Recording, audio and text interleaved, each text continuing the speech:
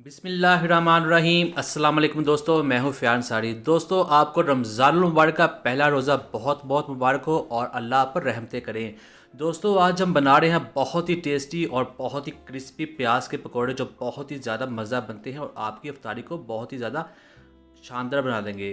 तो दोस्तों, इसके लिए हमारे पास प्याज है 3 अदद दरमियाने साइज़ के, और दूसरे मसाले जो इस रेसिपी में यूज़ करेंगे हम आपको साथ साथ बताते जाएंगे। तो चलिए शुरू करते हैं। बिस्मिल्लाहिर्रहमानिर्रहीम। तो सबसे पहले हमने लिया एक बॉल के अंदर डालेंगे प्याज, जिसको हमने काटा हुआ है। और दोस्तों, ये प्याज हमने सिंपल तरीके से काटा है। अब हमने क्या करना है, हमने इसको इस तरह से इसको छोटे छोटे टुकड़े कर देने हैं, इसको तकसीम कर देना है स्लाइसिस में। इस तरह से ये सारे आपस में जुड़े हुए हैं, इनको सेपरेट कर देना है। तो ये देखिए, इस तरह से ये हो जाएगा। तो ये तैयार हैं। तो अब हम इसके अंदर डालेंगे बेसन। बेसन हम डालेंगे इसके अंदर तकरीबन 2 कप। और इसके बाद हम डालेंगे इसके अंदर धनिया।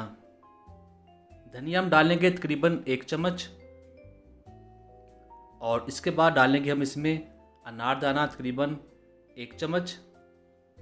ये बहुत टेस्टी लगता है पकौड़ों में। तो और अब इसमें डालेंगे तकरीबन 2 अदद हरी मिर्चें कटी हुई। और इसके बाद डालेंगे हम इसमें चावल का आटा।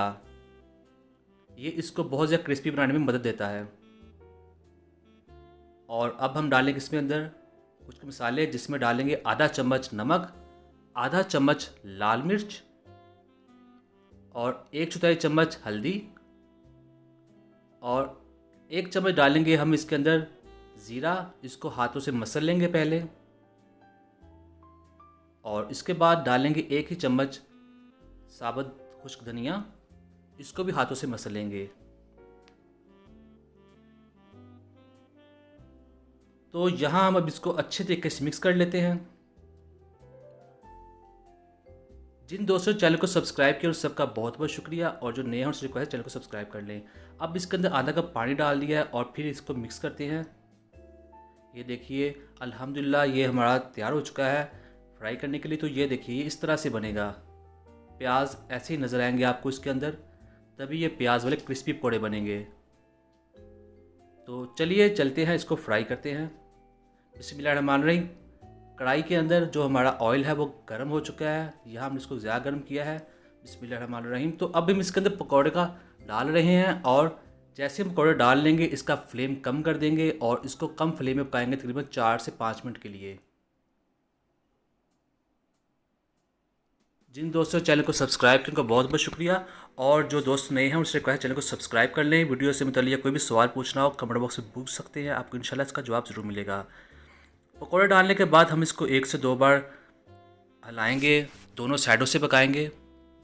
प्याज के पकौड़े बहुत ही ज़्यादा ये मज़ेदार बनते हैं, होटलों में भी मिलते हैं, लेकिन घर वाले पकौड़े जो आप बनाएंगे इंशाल्लाह आपको बहुत ज़्यादा टेस्टी लगे और इंशाल्लाह पूरा रमज़ान इसको बनाते रहेंगे। तो ये देखिए, ये पक रहे हैं बहुत अच्छे तरीके से। तो अल्हम्दुलिल्लाह ये तैयार हो चुके हैं। अब हम इसको बाहर निकाल लेते हैं। तो ये देखिए कितनी अच्छी लुक और कितना अच्छा टेस्ट इसका लग रहा है। तो आपको दिखाते हैं अभी।